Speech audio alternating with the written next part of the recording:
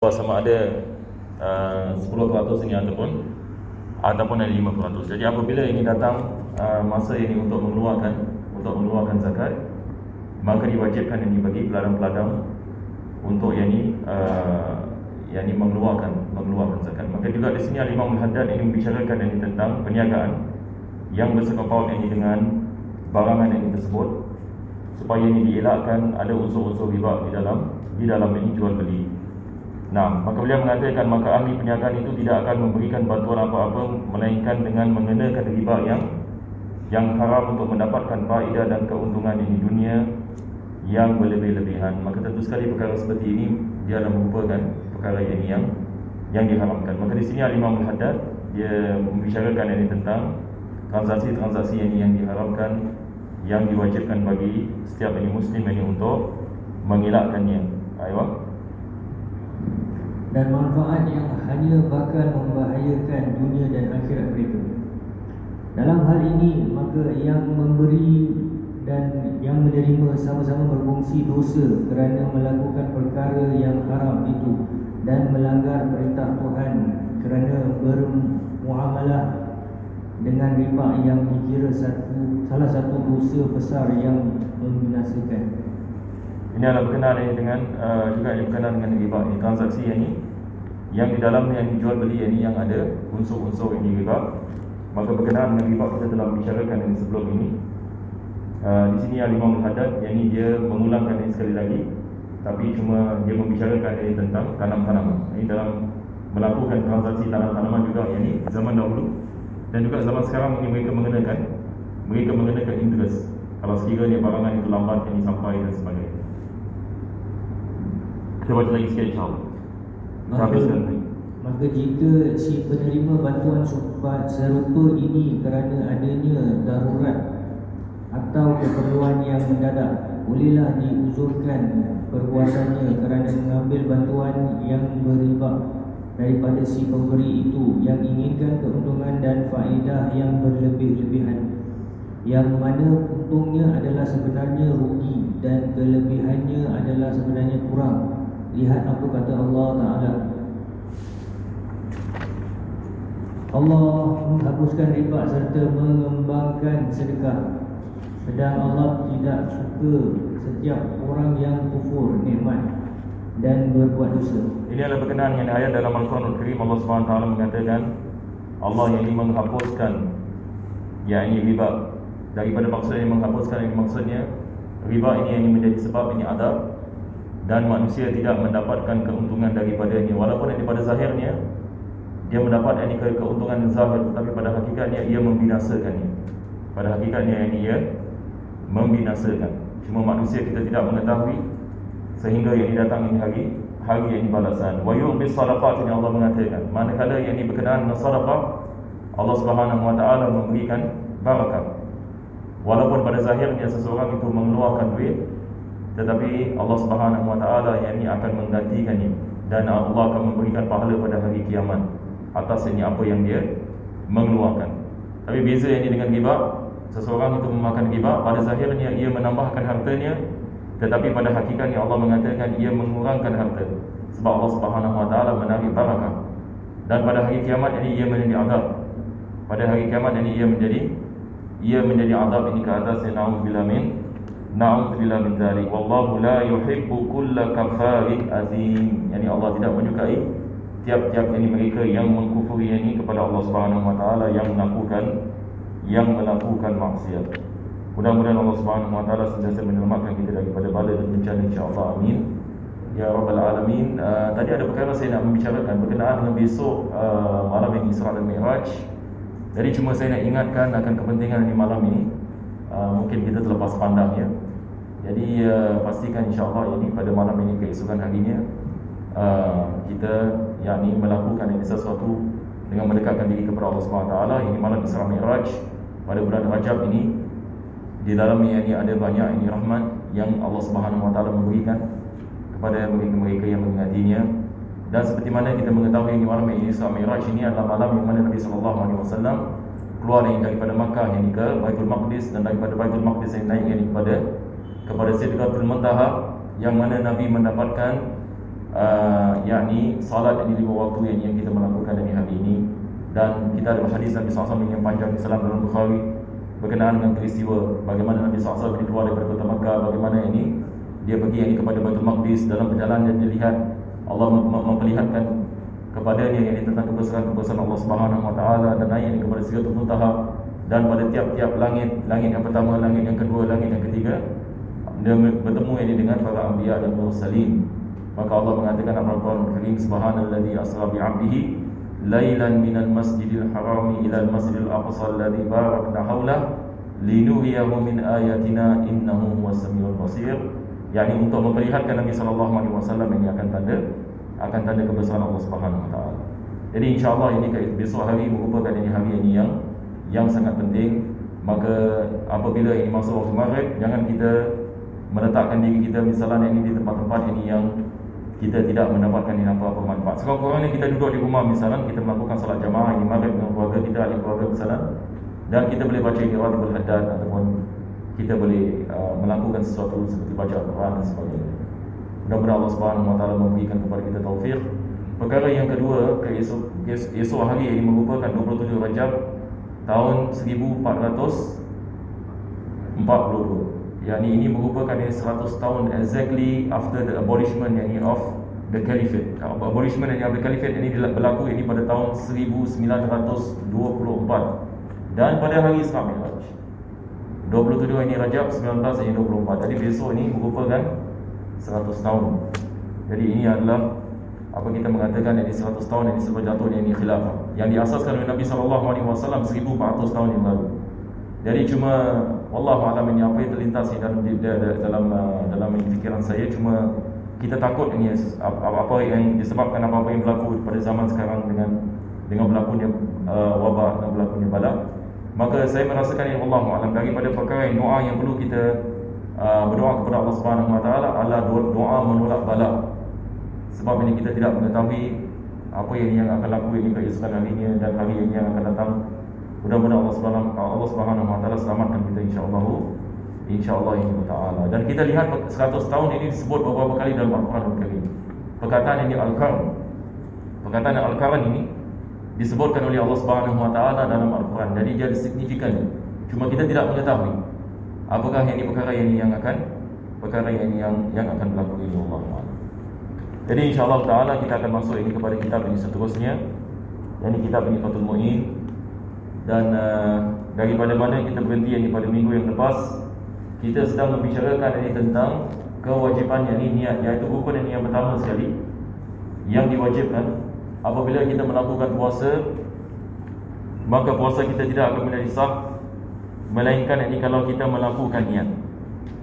Maka pada minggu yang lepas kita membicarakan berkenaan dengan kewajipan ini niat pada tiap-tiap malam pada bulan Ramadan. Kalau sekiranya seseorang itu dia tidak melakukan niat, maka tidak sah ini puasanya, dan digalakkan yakni kita mengikut ini pendapat mazhab Imam Malik, yang mana apabila masuk ini pada awal Ramadan kita niat untuk puasa 1 bulan. Ini yang saya rasa akhir sekali kita membicarakan pada minggu yang yang lepas. Dan juga kita membicarakan ini berkenaan dengan adakah makan sahur ini dikirakan sebagai niat.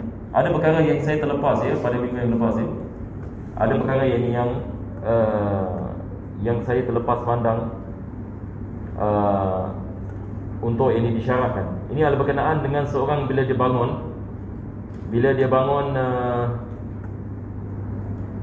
bangun ini pada waktu sahur.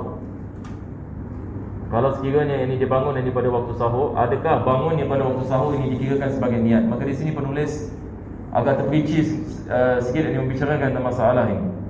Maka beliau mengatakan satu orang yang kalau bangun sahur dia makan, tak semestinya dia niat. Mungkin ini dia bangun sahur ini dia setakat niat nak makan. Boleh berlaku ini misalnya dia lihat ahli keluarganya semua bangun ini makan, dia pun bangun makan. Tetapi mungkin dia terlupa. Mungkin dia terlupa yang sebenarnya bangun makan ini untuk puasa. Ia boleh berlaku. Jadi itu sebab ulama kita mengatakan tak semestinya orang yang bangun sahur dia niat. Jadi mungkin dia terlupa niat tapi dia bangun sahur. Melainkan kalau dia bangun sahur dan dia makan dengan niat untuk puasa. Yang dia tahu ini puasa Ramadan, dia ingat dan dia niat ini untuk puasa. Maka ini kita mengatakan sah. selagi mana yang ini dia niat yang ini untuk puasa ini pada bulan Ramadan. Sebab ini niat ini yang wajib adalah di hati, manakala yang ini dilafazkan adalah sunnah. Ini yang kita bicarakan ini pada minggu yang lepas. Apa yang wajib ini adalah kita niat ini dengan hati. Jadi saya rasa ini adalah sedikit lebih kurang ini apa yang kita bicarakan pada minggu yang lepas. Cuma kita baca balik ini tentang makan. Saya ada perkara yang saya mungkin terlepas ya. Boleh kita baca insya-Allah.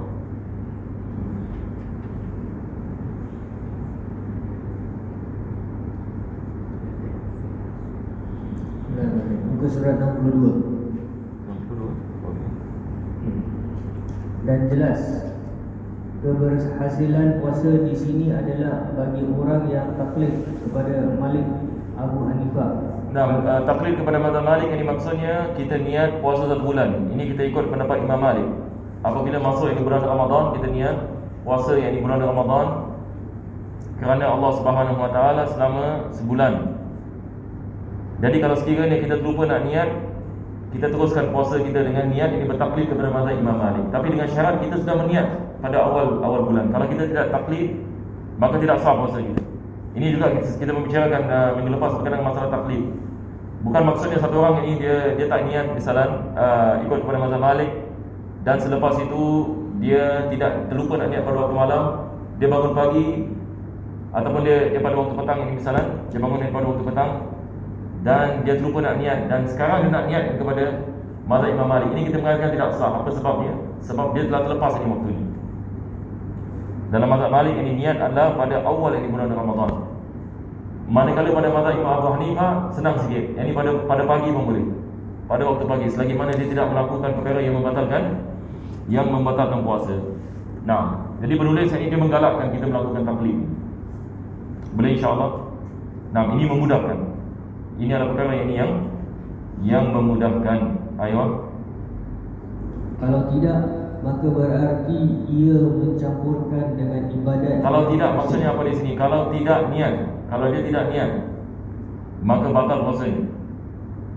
Kalau dia tidak niat, dua-dua dia tidak niat dalam mazhab Malik, dia tidak niat dalam mazhab Syafi'i, maka tidak sah puasa. Wajib dia imsak. Wajib ini dia imsak. Nah, kalau tidak niat, maka berarti ia mencampurkan dengan ibadat yang fasid. Menurut i'tikadnya sendiri, hal ini hukumnya haram. Untuk puasa fardu, sekalipun puasa nazar atau kafarah atau istisqa yang diperintahkan oleh imam, disyaratkan tabyid. Jadi di sini penulis ini mengatakan semua jenis puasa wajib tabyid. Semua jenis puasa wajib tabyid. Yang ini semua jenis puasa wajib. Jadi dia memberikan misal. Bukan saja bulan Ramadan wajib kita puasa. Kita juga ada puasa yang ini nazar. Satu orang ini bernazar ini untuk puasa keesokan hari misalnya, maka ia menjadi wajib ini ke atasnya. Maka wajib dia niat pada waktu malam. Tabyid ini maksudnya niat pada waktu malam. Satu orang yang ini puasa kafarah. Puasa ini kafarah. Puasa kafarah ini seperti apa? Yang ini dia jima ini isterinya pada siang Ramadan. Selepas itu diwajibkan yang ini ke atasnya ini untuk puasa 2 bulan berturut-turut. Betul ke tidak? Ini kafarah ini bagi puasa, bagi orang yang melakukan jima ini. Pertama sekali diwajibkan dia melepaskan hamba. Tapi kalau dia tidak mampu melakukannya, maka diwajibkan dia puasa 2 bulan berturut-turut. Kalau sekiranya dia mampu puasa 2 bulan berturut-turut, wajib dia puasa. Dia tidak boleh pilih-pilih. Dia tidak boleh pilih memberikan makanan kepada orang miskin. Jadi dia nak kena puasa 2 bulan berturut-turut. Ini adalah puasa kafarah. Puasa kafarah ini hukumnya wajib. Maka bila dia melakukan puasa kafarah, wajib dia niat pada waktu malam. Apa sebabnya? Sebab ia puasa wajib. Begitu juga puasa istisqa. Masya Allah, puasa istisqa wajib. Ini penulis yang mengatakan, apakah yang dimaksudkan puasa istisqa? Kalau sekiranya berlaku kemarau ini misalnya, maka imam ini di sini maksudnya boleh membawa masalah khalifah ataupun yang ketua negara. Dia mewajibkan puasa ke atas semua orang. Yang dia mengatakan kita akan melakukan salat istisqa pada hari Jumaat, maka kita akan puasa keesokan hari, iaitu hari Rabu kita akan puasa. Hari kita akan melakukan istisqa pada hari Sabtu. Biasa sunnah begitu, 3 hari ya. Imam ini mengatakan kita akan puasa ini pada hari Sabtu, maka besok kita akan mula puasa. Yani besok hari Rabu, hari yang pertama. Khamis, hari yang kedua. Jumaat ini hari yang ketiga. hari yang keempat juga puasa dan melakukan salat pada hari yang keempat. Kalau sekiranya imam mengatakan sedemikian, kita akan puasa yang ini 4 hari ini, maka puasa menjadi wajib. Ini yang kita maksudkan dengan puasa istisqa. Boleh faham insya-Allah ya? Yang ini puasa ini bila dia menjadi wajib? Kalau sekiranya diperintahkan oleh imam. Diperintahkan ini oleh imam yang kita akan melakukan puasa, maka puasa ini menjadi wajib. Maka apabila dia menjadi wajib, wajib kita niat pada waktu malam. Tabiid, ini dalam bahasa Arab kita panggil tabiid. Tabiid ini maksudnya niat pada waktu malam. Dan malam dalam Islam ini maksudnya apabila masuknya waktu maghrib.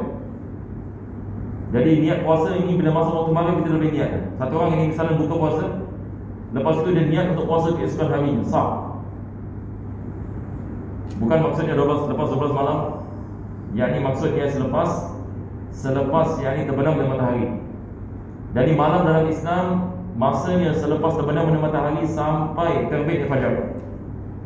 Ini yang dimaksudkan dengan malam ini di dalam Islam. Jadi bila kita mengatakan tabiid, ini adalah masa ini. Ayo. Ini yang kita berhenti pada minggu ini lepas. Baik. Iaitu meletakkan niat di malam hari antara matahari terbenam hingga terbit fajar.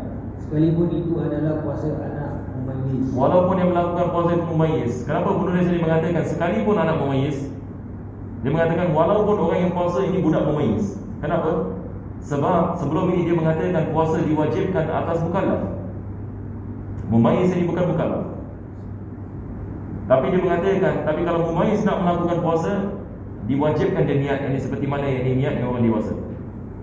Tetap ini diwajibkan ke atas dia dan puasanya sah walaupun tidak diwajibkan ke atas dia. Tetapi seperti mana kita mengatakan diwajibkan atas ibu bapa untuk memerintahkan. Diwajibkan atas ibu bapa untuk memerintahkan dia puasa. Kalau sekiranya ibu bapa melihat dia boleh tahan puasa. Tapi kalau ibu bapa lihat budak ini misalnya dia dah mumayyiz, misalnya umur 7 tahun, 8 tahun, tapi dia tak mampu puasa, maka ulama kita mengatakan lebih afdal jangan kita memaksanya. Jadi lihat, sebab dia beza dengan solat. Solat ini sekejap, dia 5 minit, 10 minit. Tapi puasa yang ini daripada pagi sampai malam. Jadi takut yang ini kalau dia ada mudarat, maka jangan kita memaksanya.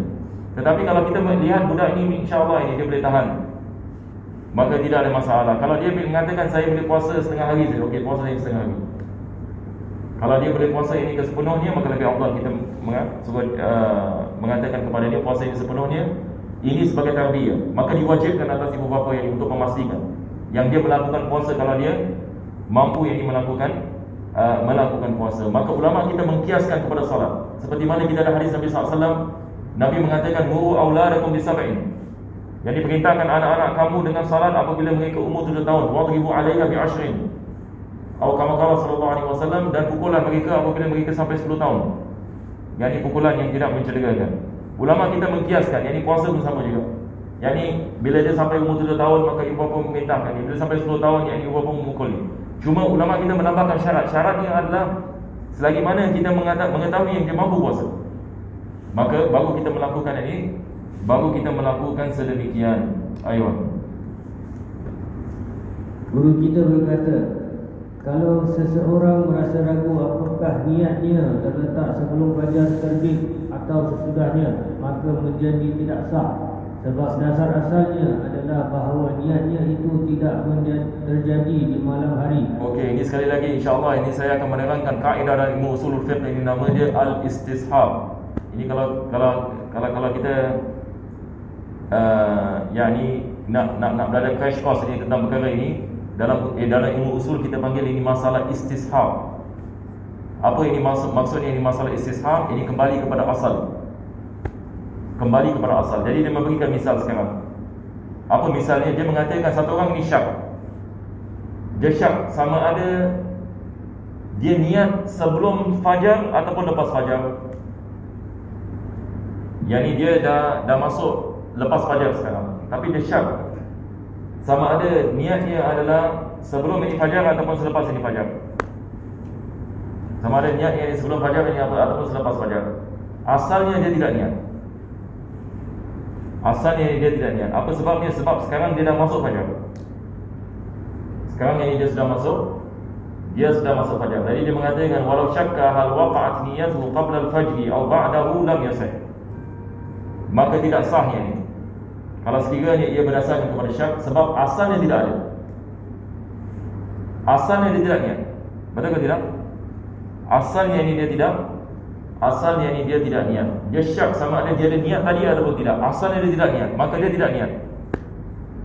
Ini kita mengatakan ini dia dalam keadaan syak. Syak apa maksudnya? Kita kena faham definisi dengan baik. Syak maksudnya adalah 50-50. Syak ini berbeza dengan zon. Zon ini adalah apa-apa yang lebih daripada 50% semua adalah zon. Kalau sekiranya 52, 55, 60%, ini zon, tak ada masalah, sah. Tapi kalau dia 50-50, maksudnya sama ada niat ataupun tidak ada niat, dan dia tidak tarjih. Dia tidak ada tarjih sama sekali. Boleh faham insya-Allah?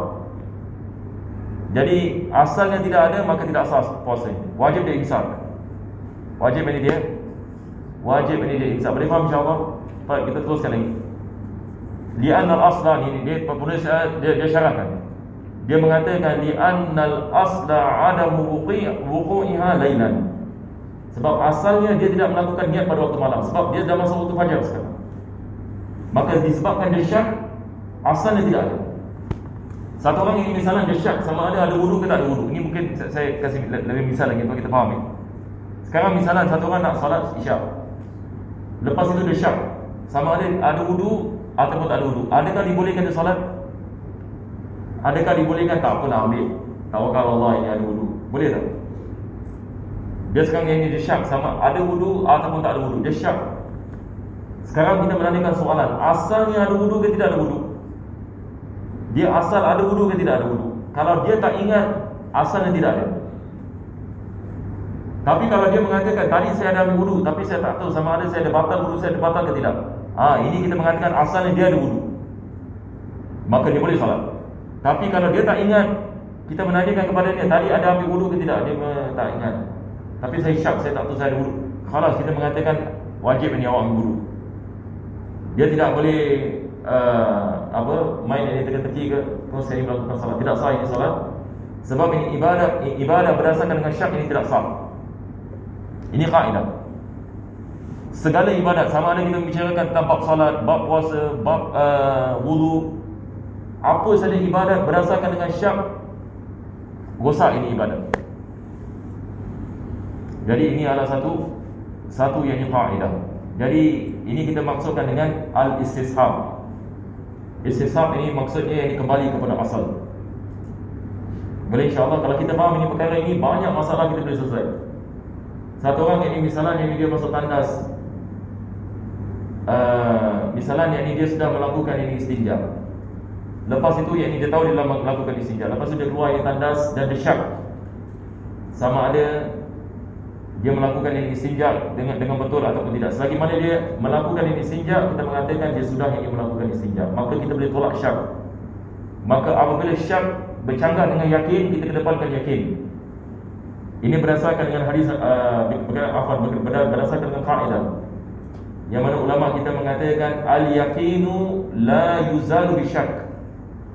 Keyakinan itu tidak dapat dikalahkan dengan syak. Kalau kita yakin dalam satu perkara dan kita syak dalam perkara yang lain, kita kedepankan keyakinan. Boleh insya-Allah? Nah, kita teruskan. Sebab dasar asalnya adalah bahawa niatnya itu tidak terjadi di malam hari, kerana dasar asal segala hal adalah diperkirakan terjadinya pada masa terdekat. Dia balik kepada masa terdekat, yang ni dia kena ingat balik masa yang terdekat ini. Misalnya dia bila yang ni dia syak, bila yang ni dia syak. Kalau sekiranya dia syak ini selepas ini subuh, dan dia syak ini sama ada tadi waktu malam dia ada niat ke tidak ada niat, maka asalnya tidak ada. Asalnya tidak ada. Nah, lain halnya apabila orang niat puasa lalu merasa ragu-ragu apakah fajar telah terbit atau belum. Kerana dasar asalnya adalah bahawa fajar itu belum terbit. Sekarang pula berbeza. Sekarang satu orang itu syak sama ada dah masuk waktu subuh ke belum masuk waktu subuh. Jadi saya nak tanya soalan. Satu orang syak sama ada dah masuk waktu subuh ke belum masuk waktu subuh. Sekarang asalnya dah masuk ke belum masuk? Asalnya belum masuk. Betul ke tidak? Dia syak sama ada dah masuk waktu subuh ataupun belum masuk waktu subuh. Dan dia niat. Sah ke tidak niatnya? Niatnya sah. Apa sebabnya? Sebab asalnya belum lagi masuk. Jadi disebabkan asalnya belum lagi masuk waktu subuh, sah niat. Itu sebab tadi penulis memberikan misal dia niat selepas subuh. Masalah sikit. Sebab bila dia niat selepas subuh dan dia teringat balik, tadi waktu malam ada niat ke tidak niat, sekarang dia syak. Sama ada dia niat ini pada waktu malam ataupun dia tidak pada waktu malam. Asalnya dia tidak. Asalnya dia tidak. Tetapi sekarang ini dia syak, dia berbeza. Dia syak sama ada dah masuk waktu subuh atau belum masuk waktu subuh. Maka asalnya belum masuk waktu subuh, maka sah niat. Boleh faham insya-Allah ya? Baik, sama juga dengan satu orang ini dia makan yang misalnya dia syak, sama ada dah masuk waktu subuh ataupun masuk waktu subuh. Dan dia makan, misalnya dia makan selepas itu dia syak. Tadi aku makan dah masuk subuh ke belum masuk subuh? Macam mana, batal ke tidak puasa dia? Maka di sini kita lihat asalnya belum lagi masuk waktu subuh, maka sah puasa dia. Puasanya ini sah. Jadi dia balik ini kepada asal keyakinan. Ini maksudnya belum lagi masuk waktu, belum lagi ini masuk ini waktu subuh. Aywa. Sebab dasar fikiran tentang dasar asal seperti di atas. Jadi ini yang dimaksudkan kembali kepada asal. Kembali kepada asal. Jadi dalam bab salat pun sama juga. Satu orang syak ini misalan dia pada rakaat yang ketiga ke rakaat yang keempat, sama juga kembali kepada asal. Misalnya ini dia yakin yang dia telah melakukan 2 rakaat, tetapi dia syak sama ada dia dah naik kepada dia pada rakaat ketiga sekarang ke pada rakaat yang keempat. Tapi dia yakin dia telah melakukan 2 rakaat.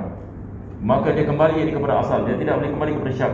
Asal keyakinan. Ini maksudnya dia sudah melakukan 2 rakaat, maka sekarang di rakaat yang ketiga, bukan rakaat yang keempat. Walaupun ada kemungkinan daripada rakaat yang keempat, tapi dia tidak boleh ambil kemungkinan. Jadi dia kena kembali kepada yakin. Jadi perkara seperti ini masya-Allah kalau kita dapat faham, mudahnya. Sama juga satu orang ini dia syak sama ada dia ceraikan isterinya ke tak ceraikan isterinya. Asalnya dia ceraikan ke tidak ceraikan? Dia tidak ceraikan. Betul ke tidak? Asalnya tidak wujud, maka dia tidak ceraikan. Jadi semua bab ilmu fikih ada masalah ini. Semua bab ini. Sebab orang syak dalam bab istinja, syak dalam bab wudu, sama ada kita dah basuh muka ke belum basuh muka. Ada orang yang misalnya dia wudu, lepas sedang basuh kaki, dia syak sama ada satu kepala kita salah satu kepala dan sebagainya. Jadi kita boleh menggunakan kaedah ini. Teruskan. Makanya semacam makan dan persetubuhan yang dilakukan setelah berniat tapi sebelum terbit fajar adalah tidak membatalkan niat. Ini mudah. Ini semua kita tahu. Ini maksudnya satu orang ini dia niat ini puasa untuk keesokan harinya. Selepas itu dia jima' isterinya. Adakah dengan melakukan jima' membatalkan niat? Tidak. Adakah dengan makan dan minum membatalkan niat? Tidak. Satu orang ini misalnya dia lepas ini buka daripada buka puasa selepas ini solat maghrib, terus dia niat nawaitu shaum radin an ada'i fardhi syahri ramadhani hadhihi sanati lillahi ta'ala. Selepas itu dia makan dan minum, ia tidak membatalkan puasa. Ayo. Adalah tidak membatalkan niat. Memang kalau niatnya itu telah ia potong rosak, misalnya meniatkan puasa selain puasa bersemula sebelum terbit fajar, maka dengan pasti adalah perlu diperbaiki.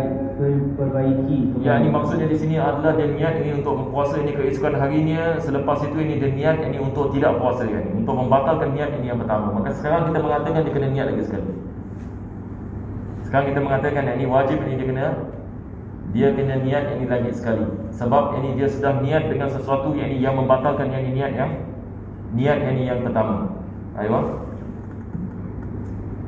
Dalam niat disyaratkan pula ta'yin, menentukan puasa fardu mana yang diniatkan, misalnya Ramadan atau nazar atau kafarah. Jadi seperti mana dalam bab salat kita ada qasdul fi'li, kita mengatakan selepas itu kita ada ta'yin dan fardhiyah. Begitu juga dalam bab puasa.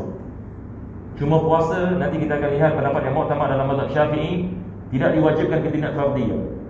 Itu saja beza ini puasa dengan salat. Solat wajib kita niat fardiyah. Yakni kalau kita nak solat isyak, kita mengatakan usalli fardal isyak, betul tak? Jadi dia mesti ada fardiyah untuk kita membezakan di antara solat yang wajib dengan solat yang sunnah. Tetapi bagi puasa, apa yang wajib ini adalah al-qasd dengan ta'yin. Ini yang penulis mengatakan di sini. Yakni yang penting adalah seseorang itu dia nak kena membezakan dia puasa untuk apa. Adakah dia puasa Ramadan ataupun dia puasa kafarah, adakah dia puasa nazar. Jadi ta'yin ini adalah wajib. Ta'yin ini adalah wajib. Berkenaan dengan fardiyah kita ada khilaf. Cuma pendapat yang mu'tamad seperti mana Imam Nawawi mengatakan, dia mengatakan penulis yang akan mengatakan ini dalam kitab Al-Majmu' mengatakan tidak diwajibkan ini fardiyah. Tidak diwajibkan ini fardiyah. Nah, teruskan. Dengan cara setiap malam berniat bahawa besok akan melakukan puasa Ramadankah atau nazar atau kafarah, sekalipun tidak menentukan sebab kewajipan. Sebab kewajipan di sini adalah maksudnya fardiyah ya. Yang dimaksudkan di sini adalah fardiyah. Adakah wajib kita niat nawaitu sauma radin an fardi Ramadan? An fardi Ramadan. Adakah diwajibkan, kita diwajibkan? Yang paling afdal kita mengatakan sedemikian supaya kita keluar daripada khilaf. Ini yang biasa kita buat di Singapura. Di Singapura apa kita baca ramai-ramai? Nawaitu sauma radin an adai fardi syahri Ramadan, Ramadana ke Ramadani. Ini tiap-tiap tahun yang kita ulang tadi ya. Sebab ada juga ya, Ramadana ke Ramadani, selalu ada khilaf. Dia betul adalah Ramadani bukan Ramadan. Walaupun ramai orang sampai hari ini baca Ramadan. Nawaitu sauma radin, saja aku niat untuk puasa keesokan hari ini. An adai, yakni untuk melakukan nawaitu sauma radin an adai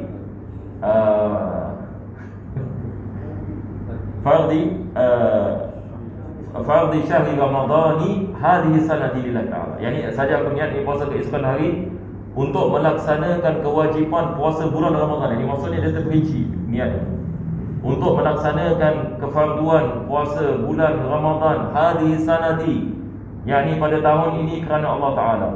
Maka ini Masya Allah, ini luar biasa punya niat. Ini niat, ini komplit. Tidak ada perbezaan ini di dalamnya. Jadi kalau kita niat ini macam seperti ini, Masya Allah, ini adalah yang paling terbaik. Tapi kalau sekiranya satu orang ini mengatakan nawaitu farda Ramadan, nawaitu farda Ramadan Ramadan, yang ini saja aku niat ini puasa ini keesokan hari puasa Ramadan tanpa yang ini kefarduan ini Ramadan, sah ini puasa. Boleh insya-Allah. Nah, teruskan. Maka belumlah mencukupi bila orang berniat fardu puasa saja atau kefarduan waktu itu, waktu di mana puasa dikerjakan. Yang di sini maksudnya dia tidak sebut ini Ramadan. Satu orang ini mengatakan aku niat puasa, tidak mencukupi. Tidak ini mencukupi, dia mesti ada ta'yin. Yang ini puasa yang ini untuk apa? Kalau dia puasa wajib ini maksudnya. Kalau dia puasa wajib ini dia ta'yin. Sekurang-kurangnya dia mengatakan sauma Ramadan, puasa yang ini bagi bulan Ramadan. Dan kenapa ulama kita mengatakan fardiyah tidak diwajibkan? Sebab bulan Ramadan kita mengetahui ia wajib. Jadi bila kita mengatakan ini fard, ini dia sebagai kita menekankan makna. Itu sebab mereka mengatakan sah ini puasa walaupun ini dia tidak sebut ini fard. Tetapi kalau dia mengatakan saja aku niat ini puasa, ataupun saja aku niat ini kefarduan, dia tidak ada ta'yin, juga ini tidak ini mencukupi. Ataupun dia mengatakan aku niat ini puasa, juga tidak mencukupi. Nah, memang bagi orang yang melakukan kewajipan qada puasa Ramadan 2 kali, nazar atau kafarah dari berbagai sebab, maka tidak disyaratkan ta'yin kerana kewajipan di sini adalah tunggal jenis. Yang ini di sini maksudnya kalau sekiranya satu orang ini dia tak puasa 2 tahun dan dia nak melakukan qada puasa 2 tahun, adakah diwajibkan dia niat saja aku niat qada Ramadan keesokan harinya bagi Ramadan tahun pertama ataupun Ramadan tahun kedua? Adakah diwajibkan dia berbezakan tahun yang pertama dengan tahun yang kedua? Tidak diwajibkan. Selagi mana dia niat qada Ramadan, sama ada bagi tahun yang pertama ataupun tahun yang kedua, tidak ada masalah. Sebab jenis yang sama. Dia adalah qada Ramadan. Dia adalah qada Ramadan. Sama juga dengan kafarah. Kalau dia ada wajib ini melakukan kafarah, cukup ini dengan niat ini kafarah. Walaupun dia ada beberapa kafarah, misalnya dia ada kafarah, misalnya yang dia ada 2 yang ini kafarah sumpah 3 hari 3 hari. Tidak diwajibkan ini dia niat ini untuk kafarah yang ini bagi yang pertama ataupun kafarah bagi yang kedua. Dia boleh saja niat ini kafarah dan dia melakukan qada. Nah, dengan adanya tabiat disyaratkan pada puasa fardu, maka tidak menjadi syarat dalam puasa sunnah. nanti sekejap baca lagi.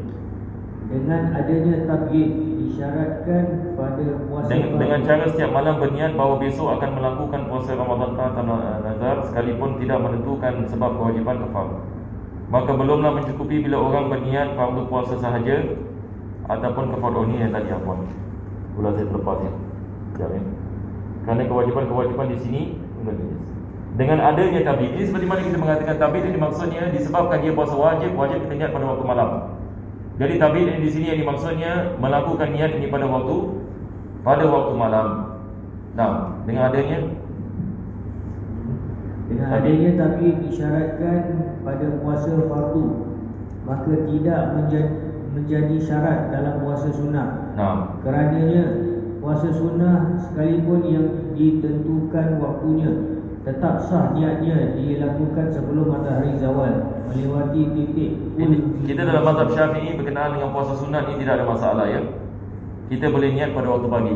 Kalau kita tak niat pada waktu malam, kita boleh niat ini pada waktu pagi disebabkan ada hadis Nabi SAW yang membicarakan ini tentangnya. Ayo. Melewati titik kulminasi, condong memasuki belahan langit barat sebagai berdasarkan pada hadis sahih. Dan dengan adanya Ini zawal ini maksudnya di sini adalah waktu zawal. Waktu zawal ini adalah apabila matahari tergelincir, waktu zuhur. Selagi mana belum masuk waktu zuhur, kita boleh niat puasa sunat 10 pagi, 11 pagi, 12 pagi misalnya. Tapi dengan syarat dia belum melakukan perkara yang membatalkan puasa. Dan dengan adanya ta'yin disyaratkan pada puasa fardu, maka tidak menjadi syarat pada puasa sunnah. Sunnah yang dimaksudkan di sini adalah sunat mutlak. Kerananya puasa sunnah sekalipun yang ditentukan waktunya tetap sah niatnya dilakukan tanpa ta'yin, sebagaimana hukum yang dipedomani oleh tidak hanya seorang ulama. Memang An-Nawawi membahas dalam Al-Majmu' mengenai disyaratkannya ta'yin dalam niat puasa sunat rawatib seperti puasa Arafah dan yang Maka di sini adalah berkenaan dengan puasa sunat ini. Kalau sekiranya seseorang ini mengatakan besok ini aku niat ini untuk melakukan puasa, maka kalau sekiranya puasa ini merupakan puasa yang biasa sah. Tetapi kalau sekiranya puasa ini dia ada puasa yang tertentu seperti puasa Arafah, seperti mana penulis mengatakan, Al-Imam Nawawi yang disebut dalam kitab Majmu' misalnya, kalau sekiranya puasa tersebut puasa yang khusus, yakni misalnya puasa Ashura, puasa ini Arafah, maka diwajibkan ini seseorang itu niat yang ta'yin. Yakni dia mengatakan ini saja aku puasa ini besok puasa Arafah, aku puasa ini puasa apa kita mengatakan Ashura, jadi untuk mendapatkan kelebihan ini puasa pada hari tersebut. Tapi kalau dia niat ini mutlak, ini misalnya dia mengatakan saja aku puasa keesokan harinya, maka puasanya ini tetap sah. Cuma yang ini berkenaan dengan kelebihan yang di sini ulama kita mengatakan disebabkan yang ini dia tidak niat ini ta'yin, maka beza yang ini beza dalam segi yang ini pahalanya. Maka puasa selain rawatib tidak bisa berhasil bersama rawatib sekalipun telah. Rawatib ini di sini maksudnya puasa yang ada sebab, bukan ini solat rawatib ya. Puasa rawatib pun ada puasa ya. Kalau orang mengatakan kepada kita puasa rawatib ini apa maksudnya? Puasa rawatib ini maksudnya puasa yang diulang ini tahunan, seperti puasa Arafah, puasa Ashura. Ini adalah puasa rawatib.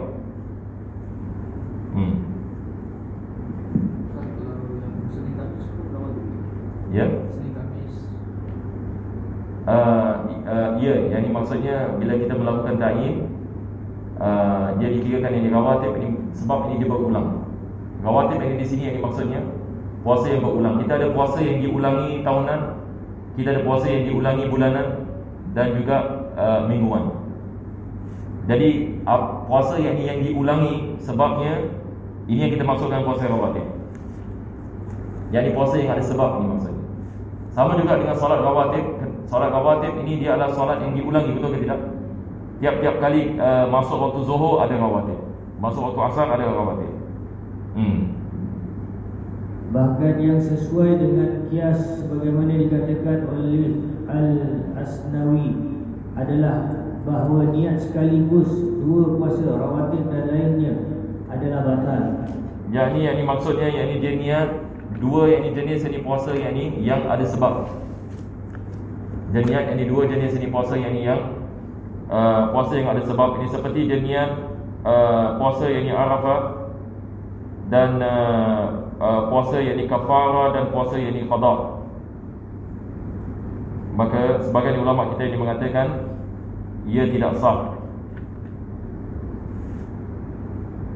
Sebagaimana orang yang niat sekaligus salat zuhur dan sunnah zuhur, atau niat sunnah zuhur sekaligus sunnah asar. Nah, sama ini seperti satu orang yang dia niat sunat zuhur dengan zuhur, dia gabungkan niat, maka ini ia tidak ini menjadi sah. Nah, niat yang telah mencukupi paling tidak adalah saya niat berpuasa Ramadan. Ini adalah yang paling minimum. Jadi mungkin kita boleh tulis ini dalam bahasa Arab, nawaitu sauma Ramadan. Ini yang paling minimum dia niat. Nawaitu sauma Ramadan. Sah ini niat macam ini.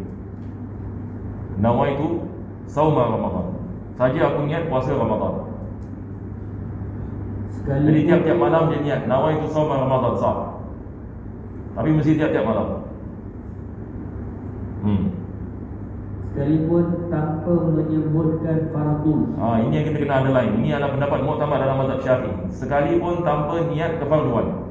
Yang ini dia tidak mengatakan nawaitu fardhu saumi Ramadan.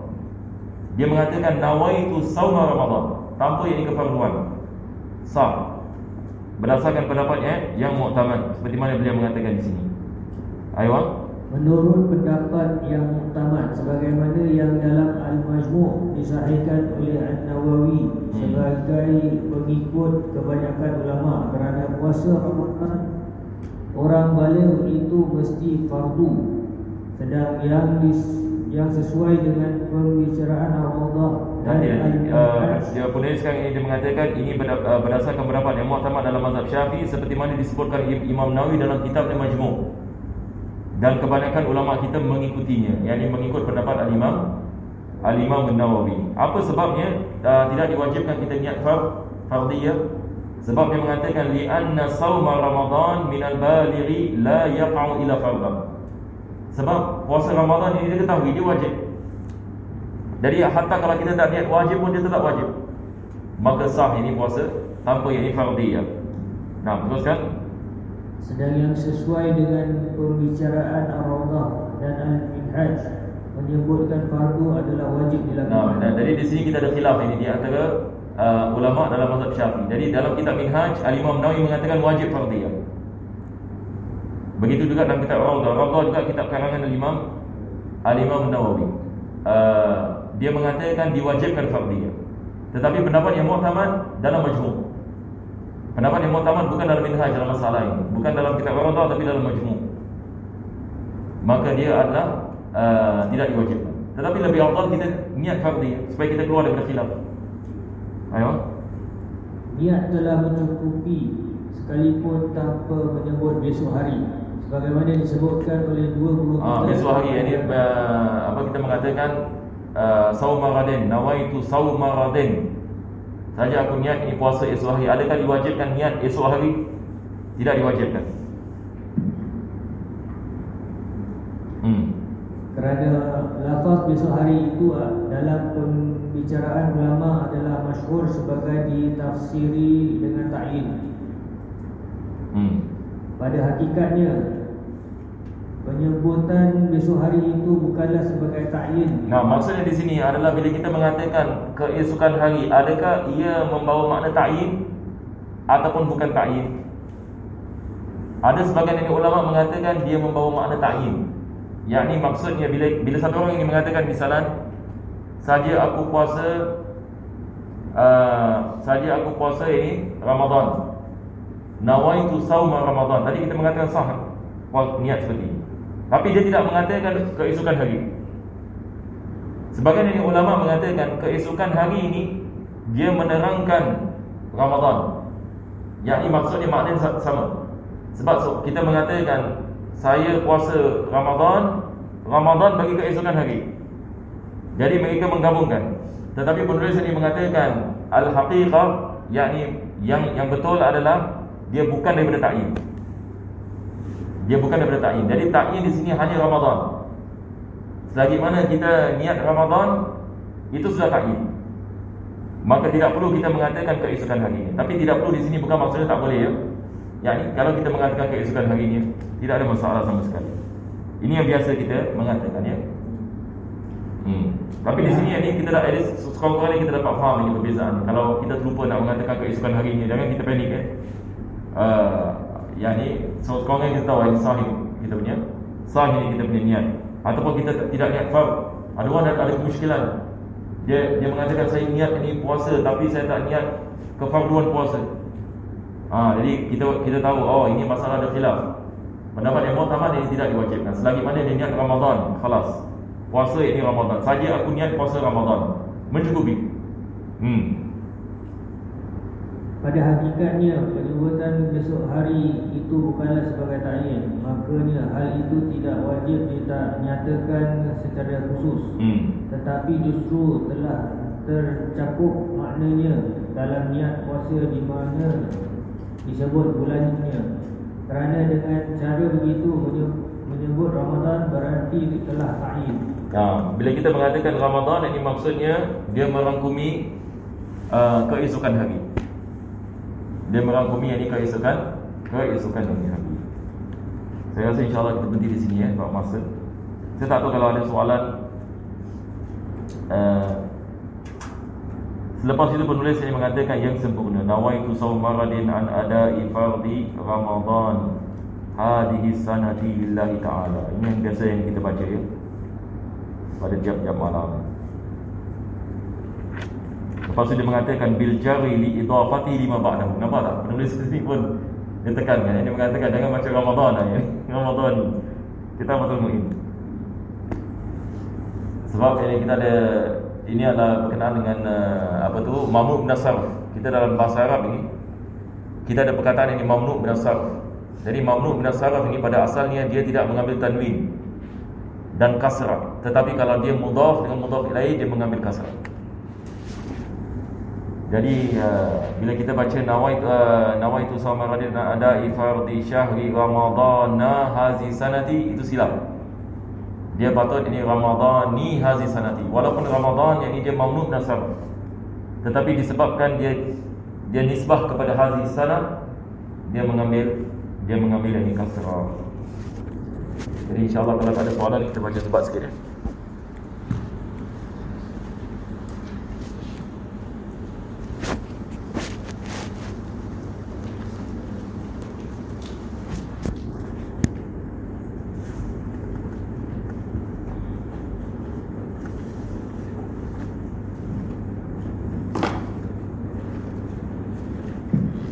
Surat 26 Babu Siwak.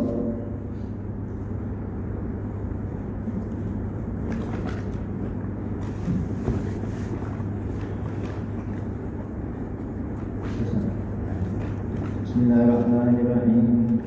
Yusanu la ba'da zawali so'imi wa akaduhu liktibahi naimi wa litahayyuril fami wa lisalah wasuna bil yumil arabu awla wa ويستحب الاكتحال بالتراب وغيبة الداخل وقال زفرا والتفلت ويقص شارب والآن التخلق والختان واجب لبالغ ساتر كمرة قطع والاسم من أنثى ويكره القذف تنزها والأذى من جوانب أنفاقة ولحية وهاجب وهلك شعر امرأة كالرد تيل وريحان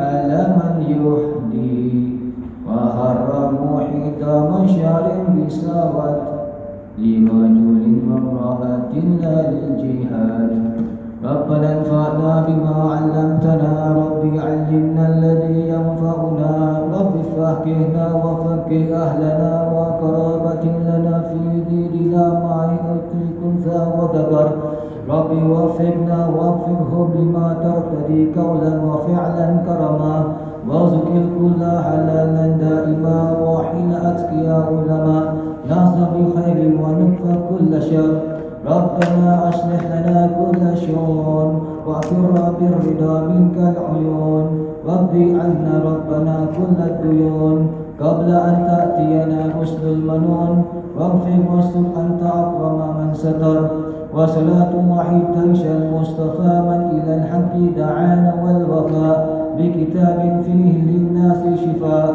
وعلى الآل الكرام الشرفاء وعلى الصحب المصابه الغرام اللهم اهدنا بالهدى واجعلنا ممن يسارع في رضاك ولا تولنا وليا سواك ولا تجعلنا ممن خلف امرك وعصاك وحسبنا الله ونعم الوكيل ولا حول ولا قوة إلا بالله العلي العظيم يا ربنا اعترفنا بأننا اقترفنا وأننا أسرفنا على لظى أشرفنا فتوب علينا توبة تغسل كل حوبة واستر لنا العورات وآمن رواتي واغفر لوالدينا ربي ومولودينا والأهل والإخوان وسائر الخلان وكل ذي محبة أو جيبة أو صحبة والمسلمين أجمع آمين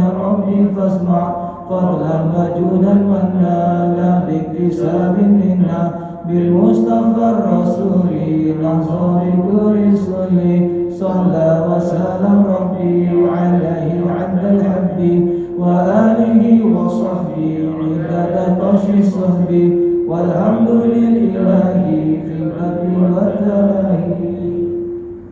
بسم الله الرحمن الرحيم. ربنا تقبل علينا وتب علينا وتب علينا انك انت التواب الرحيم واغفر لنا الصالحات اعمالنا وارنا الله يكون سبحان ربك رب العزه عما يصفون سلام على المرسلين والحمد لله رب العالمين. تقبل الله منكم.